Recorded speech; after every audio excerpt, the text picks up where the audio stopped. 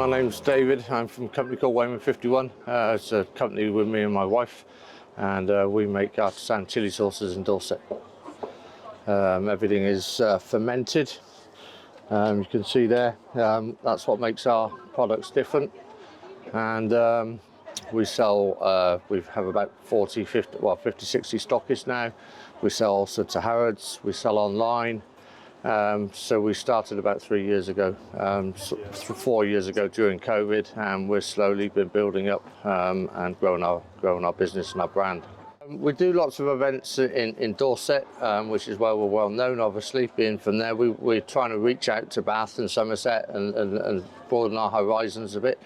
Bath is obviously one of the most beautiful places anyway, and having the Christmas market here is renowned for that. I'm actually from Bristol, so I'm quite familiar with Bath, so it's quite nice to come back, but as a trader, not as a customer. After COVID lockdowns, markets were the first things to start opening back up again when people were allowed out. So it was brilliant. People went out, they had lots of money to spend, they were happy to just be out and spend money. Since then, with the financial crisis happening now, you know, it seems like spending power has gone down, and over the last couple of years, a lot of events, the pitch fees have gone up. So as a trader, it's starting to get really difficult. People are really competitive with what they're spending, and they want to get the best value for money. We have a premium. We have a premium product. I guess you can go and buy chili sauce a lot cheaper from somewhere else, but it's not going to be the same kind of consistency what we do, and that's what we pride ourselves in doing. Yeah, we've had to change. We sit down and look at our business every 2 or 3 months. We sit down because business changes, and especially during and after COVID, a lot of companies folded, and a lot of people were sat there moaning that things weren't going good. But I do believe that situation weeded out a lot of the weak people and the people that were really determined to go forward. We had to change. Internet sales obviously went mad, and then markets went mad, and then now people are going back to supermarkets now because of the convenience of it. So you've got to look at your business regularly, and you've got to assess what's going on and try and make the right decisions. Bath is just a lovely city anyway. You know, just to come here, it's the market. I think they're well. They select who they want to come here. Some of the traders have been doing it from talking to people who've been coming here for many years, but obviously they look at what the products and the quality of products that people are coming. You know, you walk around Bath Market and there's nobody selling pillowcases and duvets and stuff like that. I mean, it's all really well heeled stuff. And I guess that's the attraction. And the nice thing about Bath, it brings huge amounts of money into Bath. The amount of people coming in on coaches, staying for the weekend, you know, so as a revenue earner for Bath, it's brilliant. You know, it just makes perfect sense. And I guess that's why the council put on this market. It's to bring revenue in. Yeah, it was a bit, you know, any market the first time is always a bit worrying about how you're going to get in, where you're going to park, where you're going to stay. But this market's set up quite well. It's well staffed, it's looked after, they've got people walking around, you know, asking you if everything's okay. And that's nice, you know, so many times now you go to an event or to a market, you pay a huge pitch fee and nobody even bothers to come around and say, hey, I'm the bloke that took the booking from you, or is everything okay, or is there anything that what you can do? And as a trader, we're their customers, we're paying them. So Bath Market seems to be set up really well. They're very, very conscious about the crowd control, they're very conscious about the movement of the people, and I guess they've learned off a wealth of experience, and they've got a good management team behind it. Your demographic during the Mondays, Tuesdays and Wednesdays are a little bit different because you've got people that want to come here when the market's not so busy. There's loads and loads of people coming over from Wales because Wales is not so far. And those ladies, they love their chutneys and they love, you know, they're coming out and they're shopping, and they really are. And by the time they get home, they're loaded up. How much of the whiskey or the gin actually makes it back across the bridge to Wales, I don't know, because I think they have a little drop during the day. But there's a whole mix, and there's lots of families coming through here. It's a real family event as well. Not just the market, Bath's got a great shopping scene. You know, if you go to Bath against places like Yeovil or Weymouth or places like that, I mean, Bath is just, it's like a miniature London, to be honest, with the quality of the shops. And I think that's part of the attraction of people coming here. Not just the market, it's the whole thing. And then there's parking and there's park and ride, and Bath is sort of set up quite nicely to hold events like this and to have people coming into town spending money. It's been great. Wasn't as daunting as what we thought. You know, we've been juggling with people coming working the pitch, and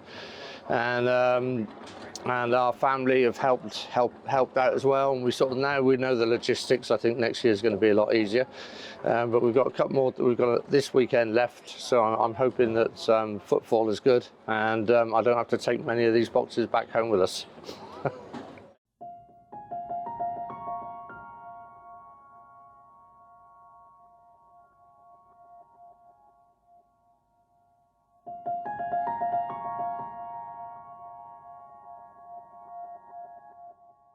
My name's Amy, I'm part of Somerset Lavender. We're a family business and we have been running since 2006. My parents started the farm. They used to be dairy farmers. They had a very small herd of Jersey cows and they faced some terrible times during foot and mouth, so they had to diversify the farm, during which they decided to do lots of different things, but lavender was the one that they stuck with. So they started our lavender farm, which I have a lovely picture of here, which you probably can't see. But we started farming lavender, and through that we've developed a whole range of products here. We also now have a farm shop and a cafe, and we invite lots of people to come and look around our farm and try our lavender cake. We distill essential oil from our lavender flowers, we dry lavender flowers, and we hand make all of the products that you can see here today. And yeah, things are good. We really enjoy doing it. My brother is the main farmer now. My mum and I do the cafe. We have Christine doing our cakes, and my sister-in-law does all the sewing. So yeah, it's a real family affair. So we've been doing the Bath market for 17 years. I think this is our 18th year. Yeah, exactly. We've seen a lot of change over the 17 years that we've been here. I have personally as well, because I was very small when my parents started coming, and now I've kind of taken on the reins and I'm doing a bit more with my brother here at Bath. So for us specifically, we're a seasonal business. So our farm is open to the public from May until September. So this is really important for us to sort of get our word about our product out. It's really great to meet all sorts of local people who may not have heard of our farm, even though we're just 20 minutes away. You'd be so surprised how many people in the villages next door to us have never even heard of our farm. So they come to Bath Christmas Market, and it means that we can spread brand awareness, and just this little period here is really important for us to make a bit more income. So we have a quiet off season between the end of September and May when we reopen. So it's really important for us to try and make some revenue now, basically. So over the last 18 years, we have seen lots of changes at the Christmas market. Specifically, there's been a big lean towards more local traders, a lot more eco-friendly and sustainable traders as well, and many more smaller businesses. Small local businesses have really thrived at the market over the years, and it's really nice to be so supported by a market that cares so much about local and good quality products made by real people. And that's something that I think you can only find at this Christmas market. I think a lot of the bigger cities don't lean so much towards that really intimate kind of relationship between the real people and their products and the customers. A lot of them are becoming more commercial, basically.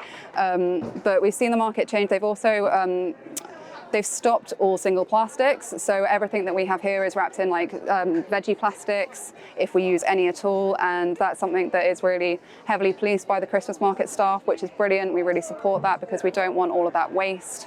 And the market's just grown and grown and grown. Year on year, we've seen it get bigger and bigger, and as it's got bigger, it's just got better as well. I think Bath Christmas Market just offers the intimacy. It's a beautiful market. You can't beat the location. We're in such a special place here. And again, I think they really vet the people who are coming. Bath are so specific about who they let into their stalls. It's a really precious community, and they're so on the ball with who they invite. They make sure that we're complementary to one another, and they place us very well in between our stalls. So, you know, here around the tree, we've got other farmers. Here we've got the chili farm farm next door, and we've got Bath Gin to our left. And we're all very complementary businesses, but it's just the lack of commercialization, I think, is my personal favourite thing about how Bath is different. Well, everyone has been a lot more chilled out, I think. Everyone's happy to be back, everyone's feeling really festive. The weather, however, has been worse this year, so there's one negative difference this year. Last year we had brilliant weather. This year it's been a little bit wet, but people have still made the effort to come out, which has been fantastic.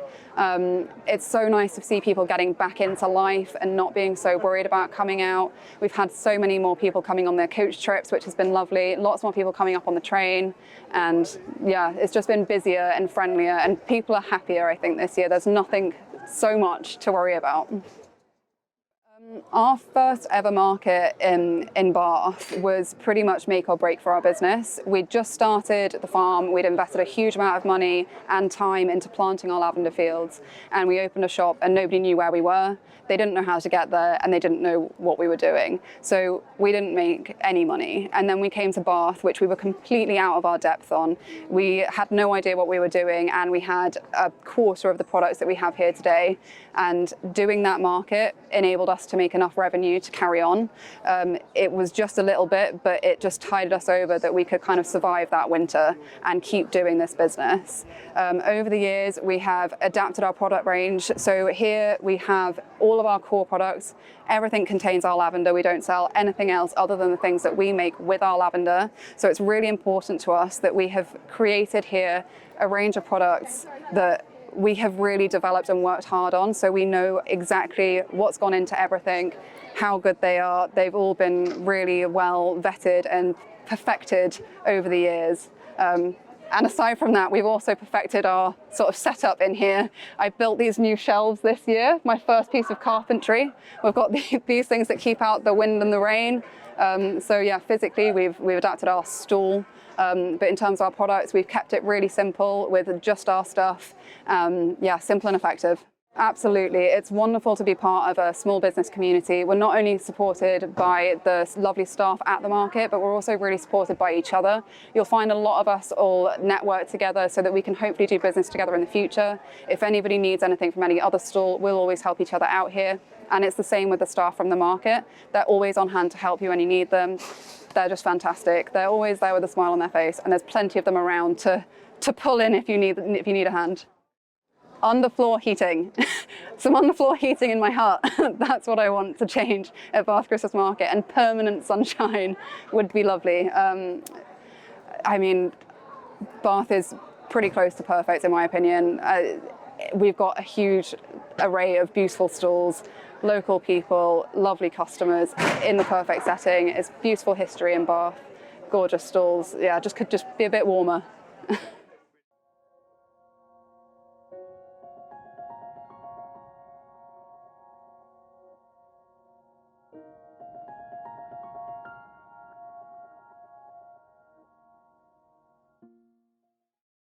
So hello, I'm Melissa. I created Planted, all natural skincare products that I hand make in Bristol, created out of a need for my own skincare struggles. Suits all skin types, simple solution for healthy skin for everyone. Last year I was by the Bath Spa entrance and I felt like I was slightly tucked around a corner, so people would walk along Bath Street and then not necessarily know there was more around the corner. Whereas here I feel it's a more central location, a lot of people are passing through. It's definitely busier here, yeah. Usually I'm used to having a table at an indoor market, so this being outdoors with your own chalet.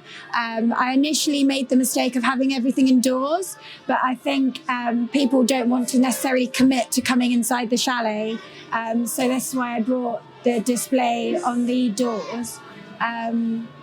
Lighting, you need to be a lot more careful about lighting because obviously you're trading in outdoors in winter when there's not sunlight. That's main differences, yeah.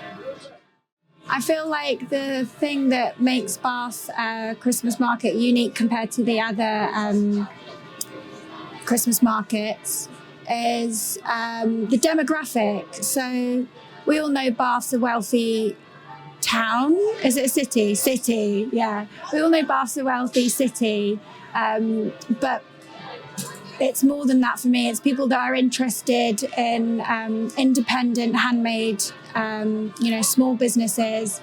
And because of the reputation that Bath Christmas Market has, it brings people from all over. I've met people that travel here from abroad just for the market. So it's a really nice, diverse range of people.